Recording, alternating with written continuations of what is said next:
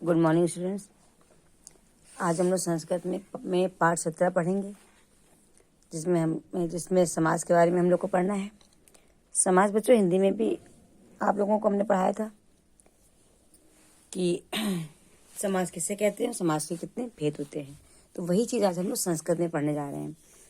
संस्कृत में भी समाज के 6 भेद हैं और समाज की वही परिभाषा है कि जब 2 या 2 से अधिक पदों की विभक्ति का मेल होता है या 2 या 2 से अधिक पदों की जो विभक्ति होती हैं उनका लोप होता है और मिलकर के वो एक पद बनाते हैं।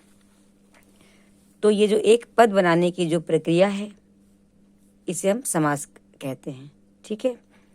और जब हम उन पदों को तोड़ें या उन्हें अलग अलग बांटें तो फिर पुनः वो अलग अलग होकर के वैसा ही रूप ले लें जैसा हमने उन्हें पहले जोड़ा था, तो वो कहलाता है समास विग्रह।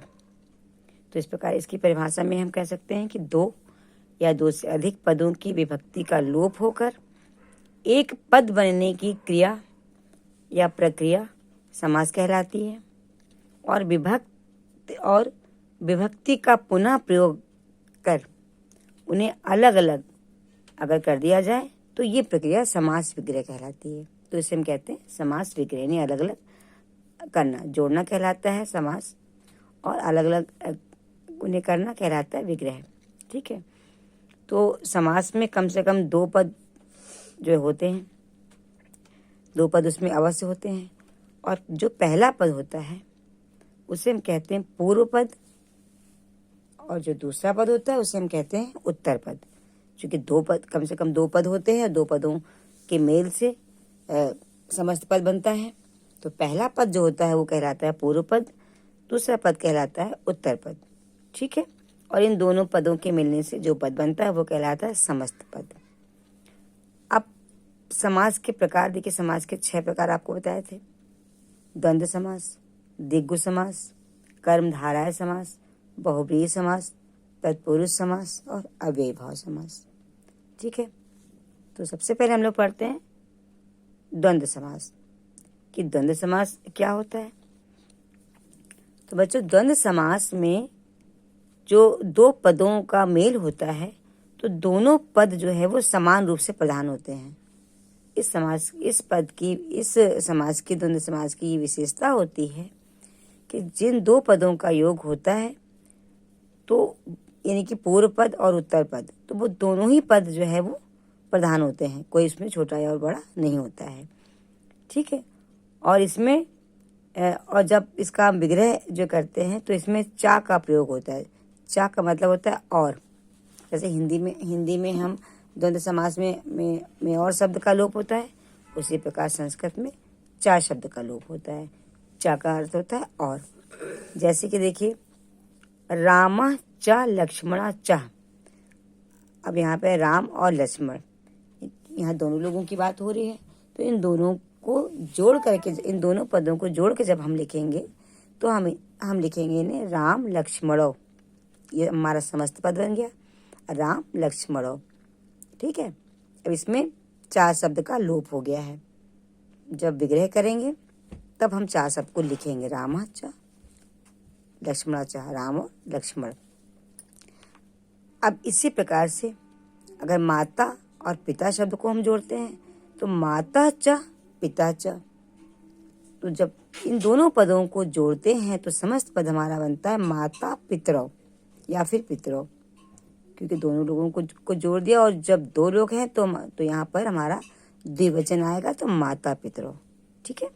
यहाँ पर चा शब्द का लोप हो गया है और समस्त पद बन गया है, क्योंकि माता और पिता दोनों ही प्रधान हैं, राम लक्ष्मण दोनों ही प्रधान शब्द हैं। ठीक है। इस प्रकार से जो हमारा द्वंद्व समास होता है उसमें 4 शब्द का लोप होता है। अब आइए आगे पढ़ते हैं हम लोग दिगु समास।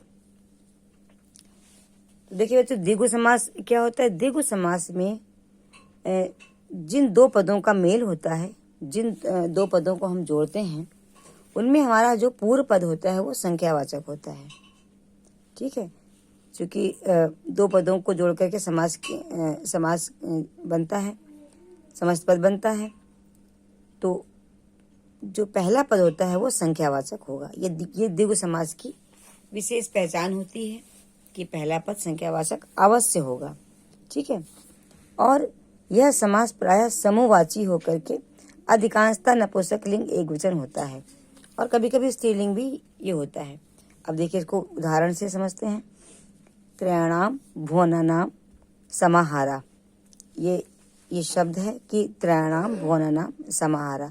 अब इसको हम अगर जोड़ करके लिखें, ठीक है, तो बन जाएगा त्रिभुवन। त्रिभुवन मतलब कि तीनों भवन में रहने वाले, तीनों भवन। ठीक है, त्रिभुवन, तीन भवन।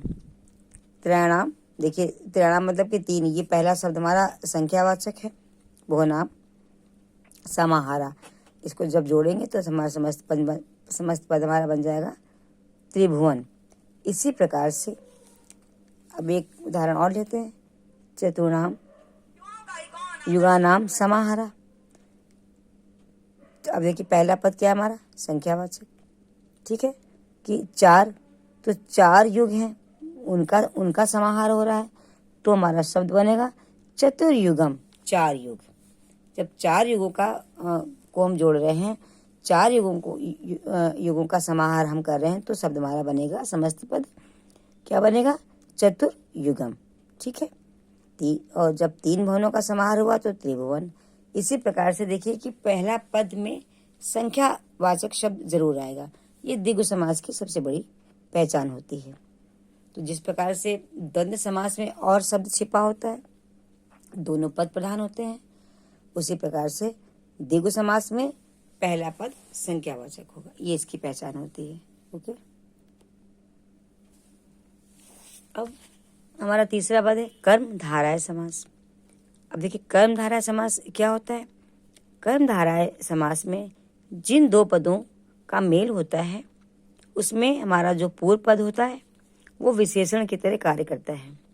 ठीक, यानी कि पहला पद हमारा विशेषण होगा और उत्तर पद विशेष से होगा, तब हमारा ये कर्मधारा, और यही हमारे कर्मधारय समास की विशेषता होती है कि एक पद उसका विशेषण अवश्य होगा।